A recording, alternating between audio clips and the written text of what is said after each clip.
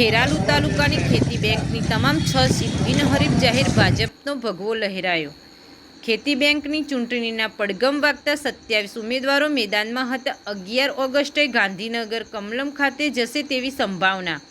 ખેરાલુ કોંગ્રેસ સહિત અન્ય આગેવાનોના ધમપછાડા છતાં ભાજપે મેદાન માર્યું.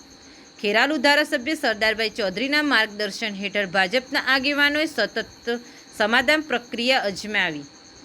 ભાજપના હોદ્દેદારોએ વર્તમાન ચેરમેન મહેન્દ્રભાઈ મોતીભાઈ દેસાઈ અને મુનીરભાઈ સિંધીને મેન્ડેટ રૂપે ઉમેદવારોની યાદીમાં જાહેર કર્યા. ભાજપના પીઠ અગ્રણી અને ડેરીના ડિરેક્ટર, અનેકવિધ સંસ્થાઓમાં હોદ્દેદારો એનડી ચૌધરી, ઉનાદે ભીખાલાલ ચાચરિયા સહિત ખેરાલુ મોગજીભાઈ ડી પટેલ અને મહત્વના આગેવાનો સાથે બેઠકો યોજી.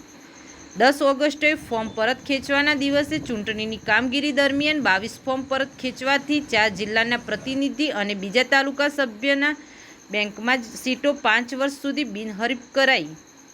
જિલ્લાની 4 સીટો પર એનડી ચૌધરી ઉનાદ, વેલજીભાઈ પી ચૌધરી મછાવા, સિંધી મુનીર અહેમદ ફતેહ, મોહમ્મદ ખેરાલુ, ચૌધરી પ્રકાશભાઈ વેલજીભાઈ મંડ્યાલી, તાલુકા સભ્ય ચૌધરી દલસંગભાઈ જે સાગથરા અને દેસાઈ મહેન્દ્રભાઈ મોતીભાઈ, આમ કુલ ભાજપના 6 મેન્ડેટ આપેલા ઉમેદવારો ચૂંટણી અધિકારી પટેલ દ્વારા વિજેતા જાહેર કરાયા હતા.